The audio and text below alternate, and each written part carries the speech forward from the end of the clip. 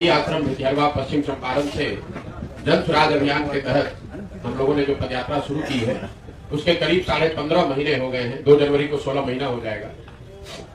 इन 15.5 महीनों में हम लोग पश्चिम चंपारण से चल के पूर्वी चंपारण, शिवहर, भोपाल, सिवान, छपरा, वैशाली, समस्तीपुर, मुजफ्फरपुर, सीतामढ़ी, मधुबनी होते हुए दरभंगा में पहुंचे। दरभंगा में मैं पिछले 25 दिनों से हूँ।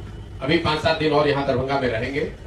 3 जनवरी को यहाँ से मैं बेगूसराय जाऊंगा। पदयात्रा के दौरान जो हमने अपनी आंख से देखा, लोगों से बात किया, जो अनुभव हुआ, उस पर एक संक्षिप्त ब्यौरा आपको दूंगा।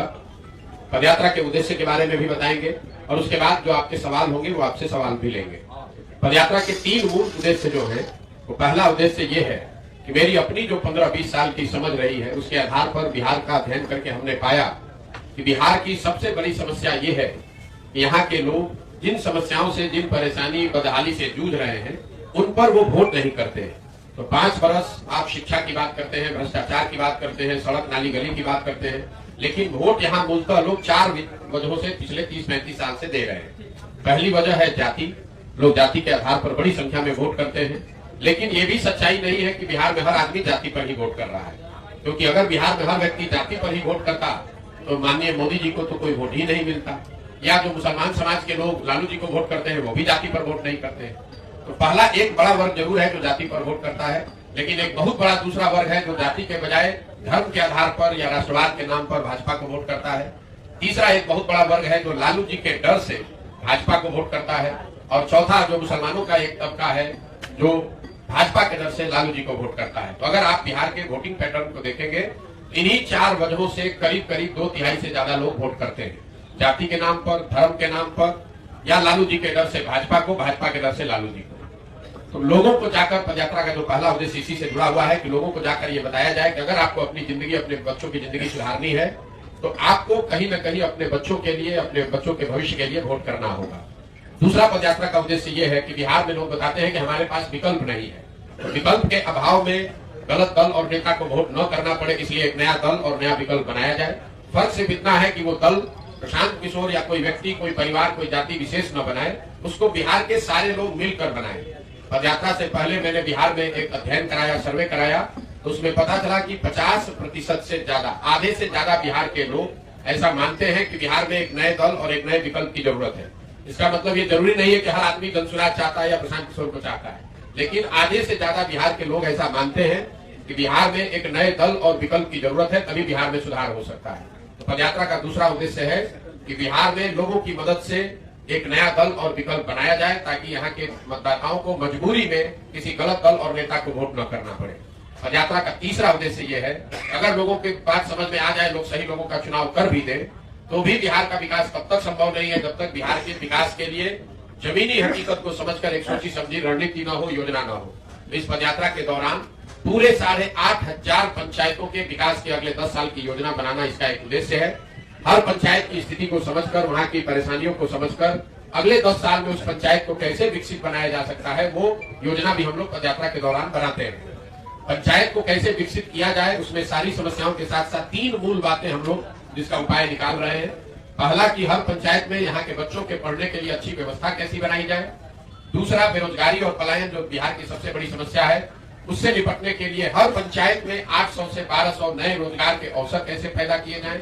और तीसरा, बिहार में जो खेती है, जो कमाने वाली नहीं खाने वाली खेती है, उसको कमाई का जरिया कैसे बनाया जाए। तो जब पदयात्रा खत्म होगी तो आपको 8,500 पंचायतों का वो योजना बनाकर हम लोग जारी करेंगे। आप ये देख पाएंगे कि आपके जिले के, आपके प्रखंड के किस पंचायत के लिए विकास की कौन सी योजना जन सुराज के तहत बनाई गई है। ये 3 उद्देश्य को लेकर पदयात्रा हम लोगों ने शुरू की। और जो हमने देखा, अभी जो मेरा अनुभव है, मैं अभी उस पर अपनी एक टिप्पणी दे रहा हूँ। मेरी समझ से बिहार में अभी तक जो मैंने देखा, सबसे बड़ी समस्या बेरोजगारी और पलायन है। अब आप ये कह सकते हैं कि बेरोजगारी और पलायन यहाँ बड़ी समस्या है, इसके लिए पदयात्रा की क्या जरूरत है, ये तो सबको मालूम है। लेकिन पदयात्रा के दौरान इन समस्याओं का, बेरोजगारी और पलायन की विकरालता देखने को मिली, इसके सामाजिक आर्थिक पहलुओं की समझ बनी। जैसे आप पलायन को लेकर हम लोग ऐसा समझते हैं कि बिहार से बहुत बड़ी संख्या में गरीब परिवार के लोग बाहर मजदूरी करने के लिए, रोजगार की तलाश में जाते हैं, जबकि सच्चाई ये है कि पलायन एक ऐसी समस्या है जिससे गरीब और अमीर हर परिवार प्रभावित है। फर्क इतना ही है कि गरीब घरों के लोग मजदूरी और रोजगार के लिए पलायन कर रहे हैं और आर्थिक तौर पर समृद्ध परिवार के लोग पढ़ाई और नौकरी के लिए बाहर जा रहे हैं, लेकिन पलायन कर सब रहा है। गांव की स्थिति ये है, 4-4.5 हजार गांव में अभी तक हम पैदल गए हैं, जहां पर बाढ़ नहीं आता है वहां पर भी उन गांव से 40 से 50% युवा या तो पढ़ाई के लिए या रोजगार के लिए बाहर है। जहां पर जिन गांव पंचायत में बाढ़ का डर है या बाढ़ की संभावना है, वहां 70 से 80% युवा बाहर ही है। गांव में यहाँ पर आपको बच्चे मिलते हैं, महिलाएं मिलती हैं, बूढ़े मिलते हैं, नौजवानों की संख्या बहुत कम है। जो लोग बाहर जा रहे हैं मजदूरी करने, औसतन वो 12,000 से 15,000 रुपया महीना कमाते हैं और वो घर पर 6,000 से 8,000 रुपया प्रति महीना भेज पा रहे हैं। तो ये जो लोग कहते हैं कि लोग, कई लोगों को, हम लोग को लगता है कि लोग बिहार में काम नहीं करते हैं, बाहर जाते हैं शौकिया, ऐसी बात नहीं है। लोग ये ज्यादातर, ये आर्थिक जो नंबर है ये बता रहा है कि ज्यादातर लोग जो बाहर गए हैं वो मजबूरी में अपने परिवार का पेट भरण पोषण पाल के लिए ही बाहर गए हैं। यही हाल बेरोजगारी का है। बेरोजगारी सिर्फ यहाँ बिना पढ़े लिखे या गरीब परिवारों का मुद्दा नहीं है। जो यहाँ समृद्ध परिवार हैं उनके लिए भी अपने बच्चों के रोजगार की चिंता उतनी ही है जितना गरीब घर के परिवार को है। गरीब परिवारों में तो फिर भी एक कहीं न कहीं उनके दिमाग में है कि हमारा बच्चा जाकर बाहर मजदूरी करेगा।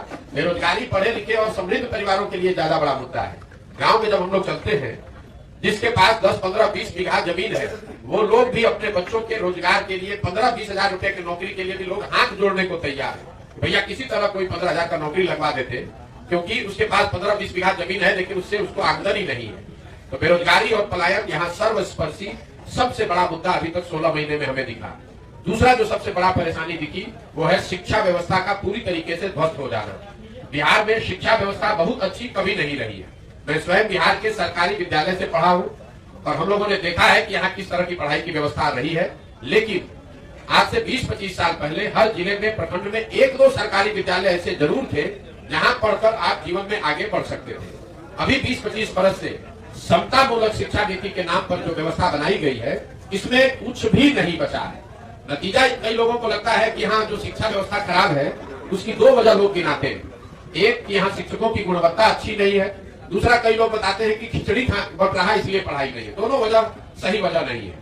अगर खिचड़ी बांटने से बच्चों की पढ़ाई खराब होती तो 8वीं क्लास से ऊपर के स्कूल में तो विद्यालय में खिचड़ी नहीं बांटा जा रहा है, वहां पर पढ़ाई क्यों नहीं हो रहा है? अगर सिर्फ शिक्षकों की गुणवत्ता या नियोजित शिक्षकों की वजह से शिक्षा व्यवस्था खराब होती तो स्कूल में तो नियोजित शिक्षक है, यहाँ पर सीएम साइंस कॉलेज में क्यों नहीं पढ़ाई हो रहा है? पटना साइंस कॉलेज में पढ़ाई क्यों नहीं हो रहा है? वहां तो नियोजित शिक्षक नहीं है। इसलिए अगर आप शिक्षा व्यवस्था की स्थिति को समझना चाहते हैं तो उसको गहराई से समझिए। बिहार में शिक्षा व्यवस्था के खराब होने की जो मूल वजह है वो है समाज और सरकार दोनों की नजर में शिक्षा पर जो प्राथमिकता शिक्षा को लेकर होनी चाहिए वो है ही नहीं। सिर्फ सरकार ही दोषी नहीं है, यहाँ रहने वाले लोगों की नजर भी ऐसी हो गई है, उनकी समझ भी ऐसी हो गई है कि पढ़ लिख कर होगा क्या, पढ़ाई लिखाई करने के बाद भी नौकरी नहीं मिल रहा है तो चलिए मजदूरी ही कर लीजिए। सरकार की तो प्राथमिकता में है नहीं। हुआ यह है कि समता मूलक शिक्षा नीति बनाने के नाम पर पूरे बिहार में विद्यालयों के भवन बना दिए गए। नतीजा ये हुआ कि जहाँ भवन है वहाँ शिक्षक नहीं है, जहाँ शिक्षक है वहाँ भवन नहीं है, जहाँ दोनों है वहाँ बच्चे नहीं है, जहाँ तीनों है वहाँ पढ़ाई नहीं है। यहाँ पूरी तरीके से पूरी जो शिक्षा व्यवस्था है सरकार के लिए भी और समाज के लिए, मैं बार बार इस बात को दोहरा रहा हूँ, सिर्फ सरकार के लिए नहीं, लोगों के लिए भी यहाँ की जो शिक्षा व्यवस्था है, विद्यालय जो है वो खिचड़ी, पोशाक और पैसा बांटने का सेंटर है और जो कॉलेज है वो डिग्री बांटने का सेंटर है। न सरकार पढ़ाना चाहती है, न समाज में जो लोग हैं वो पढ़ना चाहते हैं। यही वजह है कि बिहार में शिक्षा व्यवस्था पूरी तरीके से ध्वस्त है। तीसरी जो सबसे बड़ी समस्या है वो है खेती किसानी से जुड़े हुए जो लोग हैं उनकी परेशानी। 15-16 महीने में जो गाँव में हम लोग सुन रहे हैं कि भैया पहले लोग बिहार में खेती किसानी लोग करते थे, 2-4-5 वर्ष आप खेती कीजिएगा, कुछ पैसा बचाइएगा तो आप शायद 1-2 कट्ठा जमीन खरीदते थे।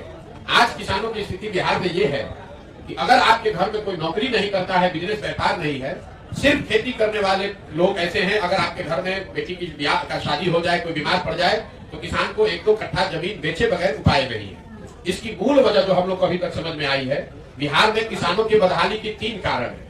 पहला, यहाँ भूमि सुधार का लागू न होना। ये आप अपने जानकारी के लिए रखिए, बिहार देश के बड़े राज्यों में शायद एकमात्र ऐसा राज्य है जहां आजादी के बाद भूमि सुधार को लेकर कोई प्रयास नहीं किया गया। नतीजा ये हुआ है कि करीब 1/3 जमीन का मालिकाना हक डिस्प्यूटेड है। लोगों को पता ही नहीं है कि वो जमीन का मालिक है कौन। पहले मालिक पेपर पर कोई और है, जमीन जोत कोई और रहा है और पूरा मामला जो है जो आप सुनते हैं, इसका एक उदाहरण की दाखिल खारिज में 10,000 12,000 रुपया घूस लगता है। उसकी वजह यह है कि बिहार में भूमि सुधार का काम आज तक नहीं किया गया। दूसरा किसानों की बदहाली का कारण है यहाँ पर सिंचाई जल प्रबंधन की व्यवस्था ठीक न होना। जब भी हम लोग पानी की बात करते हैं तो दरभंगा भी जो जिला है, यहाँ बाढ़ की बहुत बात होती है। बिहार में 50% कृषि योग्य जमीन बाढ़ से प्रभावित है, यहाँ बाढ़ आ सकती है। ये बात तो हम लोग जानते हैं, इसकी चर्चा भी खूब होती है। लेकिन बाकी का जो 50% जमीन है वहां पर ज्यादा समस्या है। जो बाकी का 50% जमीन है जहां बाढ़ नहीं आता है, उसमें आधी से ज्यादा जमीन ऐसी है जो कि सूखे से प्रभावित है या जल जमाव से प्रभावित है, या जो नेपाल से लगते हुए एरिया है वहां नदियों के कटाव का मामला भी बहुत बड़ा है। तो यहाँ पर कुल अगर 100 एकड़ जमीन है तो उसमें 25 एकड़ से कम जमीन ही ऐसी है जहां पर 2 फसल की खेती हो रही है। बिहार में जो खेती का इंटेंसिटी, एग्रीकल्चर इंटेंसिटी एक आंकड़ा होता है, आप ज्यादातर लोग नहीं जानते होंगे, वो बिहार में है 1.4।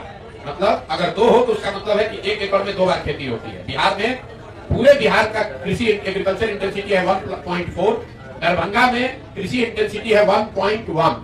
मतलब यहाँ जितनी जमीन है करीब 100% जमीन, करीब 90% जमीन ऐसी है जिसमें सिर्फ एक ही फसल होता है। ये आपकी जानकारी के लिए बता दें, क्योंकि कई बार सरकार कहती है कि यहाँ एक जमीन में 2 बार फसल होता है, 3 बार फसल होता है। दरभंगा में 90% कृषि योग्य जमीन में एक ही फसल होता है, चाहे वो बाढ़ की वजह से हो, सूखे की वजह से हो या जल जमाव की वजह से हो। तो भूमि सुधार और जल प्रबंधन के बाद जो तीसरी बड़ी समस्या है जिसकी वजह से किसान यहाँ बदहाल है, वो है यहाँ के किसानों के फसल का दाम का न मिलना। एक आर्थिक सर्वेक्षण के अनुमान के हिसाब से बिहार में सब परेशानियों के बावजूद जो लोग फसल पैदा करते हैं उनका उचित दाम न मिलने की वजह से हर साल, इसको याद रखिए, हर साल बिहार के किसानों का करीब 20,000 करोड़ रुपए का नुकसान हो रहा है। आप उदाहरण के तौर पर देख लीजिए, अभी धान का कटाई हुआ है, धान का आधिकारिक मूल्य है 2,250 रुपया। दरभंगा में, मधुबनी में जब मैं पैदल चला हूँ, ज्यादातर लोग बता रहे हैं कि वो धान बेचे हैं 1,500, 1,600, 1,700 में। तो ये जो नुकसान है पूरे राज्य के स्तर पर अगर इसको देखेंगे तो ये आर्थिक सर्वेक्षण बता रहा है कि हर साल नुकसान है 20,000 करोड़ रुपए का। ये 3 वजह जो है, भूमि सुधार का लागू न होना, जल प्रबंधन की व्यवस्था नहीं होना और फसलों के दाम नहीं मिलना, इसकी वजह से यहाँ के किसानों को हर साल 20,000 करोड़ का नुकसान हो रहा है। बेरोजगारी, पलायन, शिक्षा और कृषि के बाद ये 3 सबसे बड़ी समस्या जो बिहार के हर जिले में हर वर्ग के लिए है। इसके बाद 4 जो केंद्र सरकार की बड़ी योजनाएं हैं उसकी जमीनी हकीकत जो हम लोगों ने देखी वो मैं आपको बताना चाहता हूँ। केंद्र सरकार की सबसे बड़ी योजना है प्रधानमंत्री गरीब कल्याण योजना, जिसमें लाभार्थियों को 5 किलो अनाज हर महीने मिलना है। अभी तक करीब आधा बिहार घूमने के बाद मैं आपको विश्वास से कैमरे पर कह रहा हूँ कि बिहार में लाभार्थियों को 5 किलो नहीं 4 किलो अनाज ही हर महीने मिल रहा है। और ये जो 1 किलो अनाज जो 20% है, ये चोरी कहाँ जा रहा है? ये जो हर महीने अनाज आता है इसमें 35 से 40 रुपए प्रति क्विंटल की दर से जनप्रतिनिधि और अफसर जो पैसा ले रहे हैं उसकी वजह से ये 20% अनाज लोगों को नहीं मिल रहा है। इसमें महत्वपूर्ण बात ये है, ये जो 35 से 40 रुपए प्रति क्विंटल की चोरी हो रही है, इसमें ज्यादातर जगहों पर वहां के विधायक भी 6 रुपए से 8 रुपए प्रति क्विंटल के हिसाब से अपना हिस्सा ले रहे हैं। दूसरी केंद्र सरकार की बड़ी योजना है आवास योजना, जिसको आजकल प्रधानमंत्री आवास योजना कहते हैं, पहले इंदिरा आवास योजना लोग कहते थे। अभी तक जितने जगह हम लोग गए हैं, ज्यादातर जगहों पर प्रधानमंत्री आवास योजना के लाभार्थी बहुत मिला ही नहीं है। जो है वो इंदिरा आवास के पहले के लाभार्थी हैं। लेकिन अभी जो योजना है जिसमें लाभार्थियों को 1,40,000 रुपया मिलना है 3 किस्त में, जिनको भी इसका लाभ 2 लोगों को मिल रहा है उनको 25,000 से 40,000 रुपया तक घूस देना है, तभी उनको आवास योजना का लाभ मिलेगा। जिन पंचायतों में मुखिया या जनप्रतिनिधि लोगों से पैसा नहीं ले रहे हैं, वहां पर भी 20 से 25,000 रुपया तो आपको प्रधानमंत्री आवास योजना में देना ही देना है। अधिकारी अपना पैसा लेगा ही लेगा। जहां मुखिया जनप्रतिनिधि पैसा ले रहे हैं वहां पर 35 से 40,000 रुपया तक लोगों को देना पड़ रहा है। और इसकी पूरी एक व्यवस्था बनी हुई है, आप लोगों को जानकारी होगी। नाम लिखने के लिए 1,000 रुपया, आपके घर के साथ फोटो खींच के भेजने के लिए 2,000 रुपया, पहले किस्त में 11,000 रुपया, पूरा एक व्यवस्था बना हुआ है। तीसरी जो केंद्र सरकार की बड़ी योजना है वो है स्वच्छ भारत अभियान के तहत शौचालय की योजना। अभी दरभंगा का भी मैं आपको बता दूं, और पीछे जो मैं घूम कर आ रहा हूं, बिहार के ज्यादातर गांव में खुले में शौच यहाँ के जीवन की आज भी सच्चाई है और दरभंगा उससे अछूता नहीं है। कहीं पर शौचालय उस तरह से नहीं, जितना ओडीएफ सर्टिफिकेट दिया गया है ज्यादातर ये फेक है। हुआ ये है कि हर शौचालय के नाम पर वहाँ यहाँ के अधिकारियों ने 2,000 रुपए प्रति शौचालय पैसा लाभार्थियों से लिया और एक ही शौचालय के नाम पर फोटो लगाकर 10-10, 15-15, 20-20 शौचालयों का पैसा निकाल लिया गया है। और जब ओडीएफ का सर्टिफिकेट बनाना हुआ तो अधिकारी और जनप्रतिनिधि दोनों ने मिलकर जाली ओडीएफ सर्टिफिकेट जारी कर दिया। चौथी जो बड़ी योजना केंद्र सरकार की है वो है मनरेगा की। जब मैं पैदल चलना शुरू किया तो मेरा अनुमान था कि बिहार में इतनी बेरोजगारी गरीबी है, बहुत बड़ी संख्या में हमको मनरेगा का काम होता हुआ यहाँ दिखेगा। अभी तक 15.5 महीना में मुझे मनरेगा का कोई सक्रिय काम होता हुआ नहीं दिखा है। लोग ये जरूर बताते हैं चलते हुए कि भैया ये पेड़ लगाया गया है मनरेगा में, या मिट्टी भरा गया है मनरेगा में, या पंचायत आंगनबाड़ी सेंटर बनाया गया है मनरेगा के मजदूरों की मदद से। लेकिन मैं दोहरा देता हूं, अभी तक मनरेगा का कोई सक्रिय काम हमको देखने को कहीं नहीं मिला। जब मैंने इसको आंकड़ों में देखा तो वहां पर भी ये दिख रहा है, पिछले वित्तीय वर्ष में बिहार सरकार का मनरेगा में यूटिलाइजेशन है 39%। मतलब अगर 100 रुपया हम लोग दिल्ली से मनरेगा के लिए ला सकते थे तो 60 रुपया तो हम लोग लेकर ही नहीं आए। ये विशेष राज्य की दर्जा की मांग करने वाले लोगों के मुंह पर क्षमाता है। आप कह रहे हैं कि हमको विशेष राज्य का दर्जा चाहिए, मनरेगा में जो 100 रुपया आप दिल्ली से ला सकते थे उसमें 60 रुपया तो आप लेकर ही नहीं आए। और जो 39-40 रुपया आया उसमें मनरेगा में पीसी का दर लोग बताते हैं 40 से 50%। मतलब जो 40 रुपया आया उसमें 25% भ्रष्टाचार की भेंट चढ़ गया। तो 100 रुपया में मिला जुला के 15-20 रुपया ही लोगों तक नीचे पहुंचा है। 4 केंद्र सरकार की योजनाओं के बाद 5 राज्य सरकार की जो बड़ी योजना है उसकी जमीनी हकीकत में बताना चाहता हूं। 7 निश्चय के तहत एक बहुत बड़ी घोषणा 2015 में की गई थी यहाँ के बेरोजगार युवाओं के लिए, जिसमें 18 से 35 साल के हर बेरोजगार युवक को हर महीने 1000 रुपया मिलने की बात बताई गई थी। 2015 में यह अनुमान किया गया था कि करीब 12,000 करोड़ रुपया अगर हर साल खर्च किया जाए तो बिहार में रहने वाले हर युवक को, 18 से 35 साल के उस युवक को जिसके पास रोजगार नहीं है, कम से कम 1000 रुपया उसको हर महीना मिलने लगेगा, ताकि उसको मजबूरी में पलायन नहीं करना पड़े।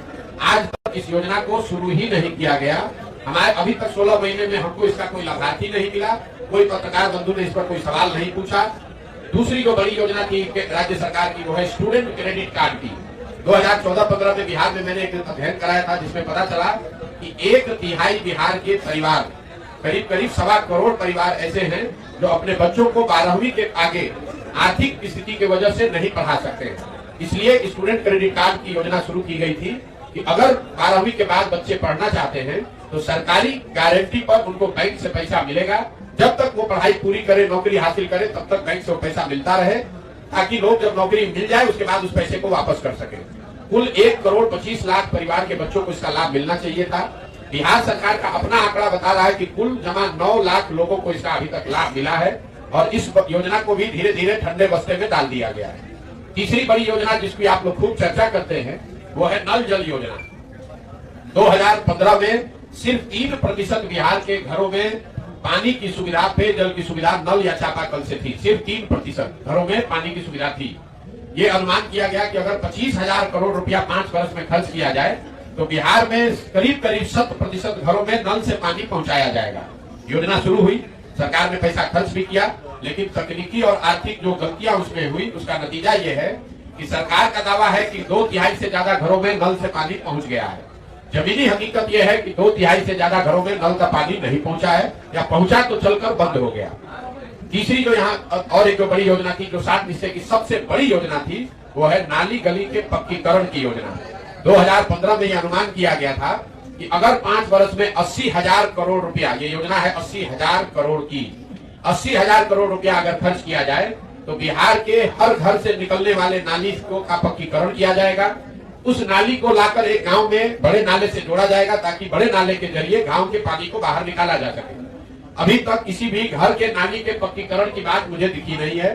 गांव में सड़क के किनारे बड़े बेतरतीब तरीके से बनाए हुए नाले जरूर दिखते हैं, जो दिखाता है कि योजना के नाम पर पैसा तो निकाला गया, लेकिन ये नालों को न घरों के नालियों से जोड़ा गया, न इन नालों से पानी बाहर निकालने की व्यवस्था की गई। नतीजा ये हुआ है कि ज्यादातर ये नाले कूड़ेदान में परिवर्तित हो गए हैं, उस पर लोग भैंस बांध रहे हैं, गोबर पात रहे हैं, उससे पानी नहीं निकल रहा है। ये 4 जो बड़ी योजना है राज्य सरकार की, इसके अलावा 3 क्षेत्र जहां लोगों को रोजगार, काम धंधा मिल रहा है। ये जो मुझे दिखा यहाँ पर, शराब का अवैध कारोबार, बालू का अवैध कारोबार, और जो अनाज को पैसे में कन्वर्ट करने का एक नया माफिया बिहार में शुरू हो गया है, जिसकी चर्चा अभी कम हो रही है, लेकिन ये प्रधानमंत्री गरीब कल्याण योजना में जो 1 किलो अनाज कम मिल रहा है, इसको पैसे में कन्वर्ट करके फिर उसी अनाज को वापस लाने के लिए भी हर जिले में एक माफिया हो गया है। हर गांव में हम लोग ये देख रहे हैं 5 से 10 बच्चे अवैध शराब के कारोबार से जुड़े हुए हैं। रास्ते में चलते हुए अगर 10 हम लोग को ट्रक या ट्रॉली दिखती है तो उसमें 2-3 ट्रक या ट्रॉली ऐसा है जो अवैध बालू का कारोबार कर रहा है, बालू की ढुलाई कर रहा है। उसी तरीके से ये अनाज जो है, क्योंकि अफसर और जनप्रतिनिधि तो पैसा ले रहे हैं, जो अनाज आता है उसको गोदाम से या दूसरे जगहों से उठाकर पैसे में कन्वर्ट करने के लिए भी हर जगह सैकड़ों लोगों का एक माफिया बना हुआ है। हर जिले में कोई 1-2 आदमी उसको कंट्रोल करता है, जो इस अनाज को उठाता है और उसको पैसे में कन्वर्ट करके अफसरों और जनप्रतिनिधियों तक पहुंचाता है और फिर इसी अनाज को रिसाइकिल करके उसी सिस्टम में डालता है। तो ये 3 क्षेत्र दिखे मुझे जहां बड़ी संख्या में बिहार के युवक रोजगार कह लीजिए या इंगेजमेंट कह लीजिए जो इसमें जुड़े हुए हैं। 3 शब्द जो सबसे ज्यादा सुने गए वो है अफसरशाही, भ्रष्टाचार और पीसी। अफसरशाही से परेशान जनता, गांव देहात में लोग ये बता रहे हैं कि भैया जिस तरह बिहार ने पहले अपराधियों का जंगल राज देखा है, आज जो नीतीश बाबू की सरकार है ये कमोवेश अधिकारियों का जंगल राज है। आप चाहे पत्रकार हैं, जनप्रतिनिधि है, सामान्य जनता है, गरीब हैं, अमीर हैं, अफसर जो चाहेगा वही होगा। अफसरशाही बहुत है, ये बात आपको हर आदमी बताता है।